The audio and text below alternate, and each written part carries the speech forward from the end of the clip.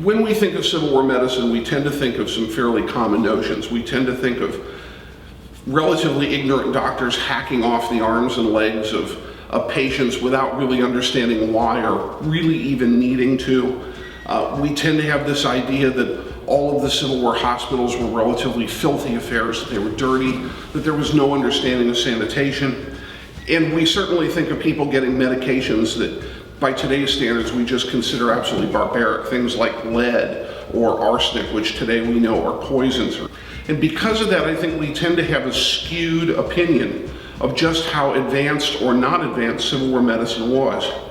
And I think it helps to step back for a second and take a look at the reality and understand a couple of things about Civil War medicine. First of all, the conflict came about before we had what is now universally known as the germ theory. Most diseases were understood not to come from bacteria or from viruses as we know them today, but rather from bad air. If you would almost think of it, things that floated in the air. Now we know that bacteria will do that, but back then they were thinking more gases or poisons in the air, and they actually call that miasms. So when you have the miasmic theory of medicine, we're not talking about giving you a pill that will kill the germ or stop the bacteria or stop the virus in your body. We're actually talking about counteracting a poison, so using one chemical to counteract something in the body that's doing something else. And because of this, we tend to have a fairly negative view of Civil War medicine. But let's take the most common thing that's out there.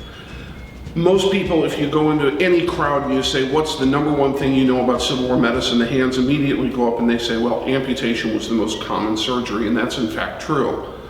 Let's analyze for a minute why. The bullets in the Civil War by modern standards were enormous. They were greater than 1/2 inch in diameter, and some of them weighed upwards close to an ounce. And when you're talking about an entire ounce or 1/2 ounce or 3/4 of an ounce of solid lead, moving at 800 to 900 feet per second, and having that crash into a bone in your body, what happens is you have a tremendous amount of crushing power. And that crushing power translates into bones that are not simply broken, but rather they're shattered. Now in today's modern world, that's not a problem. We can put you into an x-ray machine, take a look at where all the broken pieces went, remove them from your body, and save your life. In the 19th century, however, there's so much dirt in the uniform that gets embedded into the wound, and there's no antibiotics to fight those infections. Infection is an immediate problem, and if we don't cut that arm or leg off, you're going to get an infection, and it may well be fatal. Doctors knew this. The best possible way to save a life, the best possible way, was to amputate the limb, get as much blood flow as possible to that limb by cutting off a large portion of it, and by doing that, we're hopefully going to fight the infection or prevent it from happening and save the man's life. So amputation wasn't something done by ignorant doctors. It was something done by doctors who knew that it was the best possible way to save a life. It was also the quickest way, and that's important. If you have 100 men laying on the floor waiting for treatment, you could do an operation that takes longer that could save a life, but can the last guy wait that extra few minutes while you're doing the operation?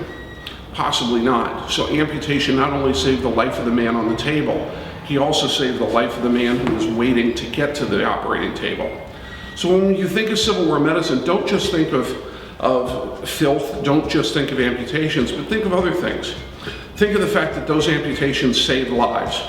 Think of the fact that, believe it or not, the hospitals were actually very sanitary, even by modern standards today. They were cleaned regularly. Understand that they invented a whole new dietetic system where diet was used, as we know today very well. Diet was used to help the body heal itself. So improvements in sanitation and diet, along with the operations that were done in the Civil War, not nearly as barbaric as you think. In the National Museum of Civil War Medicine, we talk quite often about the idea that Civil War medicine, it's not what you think. If you look at the reality, you'll find out it's a lot better than most people think. Civil War medicine was really a revolution that brought us to where we are today.